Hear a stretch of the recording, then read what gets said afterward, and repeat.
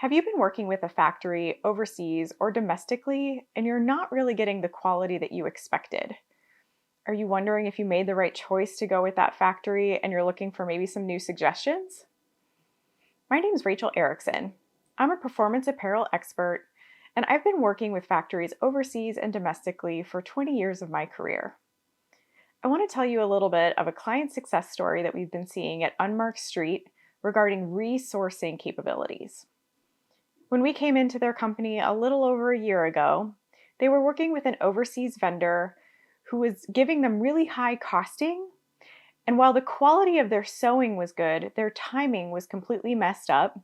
And so we were unable to help them launch any of their new products on time. Season after season, we were seeing delays from the factory, which ended up causing a delay in their sales schedule, which ended up not producing the inventory sales that they were needing to go against their bottom line. This can be detrimental to a company, and so making sure that your factory is delivering on time, delivering the quality that you want, and delivering to a cost that you can afford is extremely important. Over the last year, it has taken us some time, but I'm really happy to say that we were able to move them out of that factory and get them into a new one that we've suggested for them in a different country.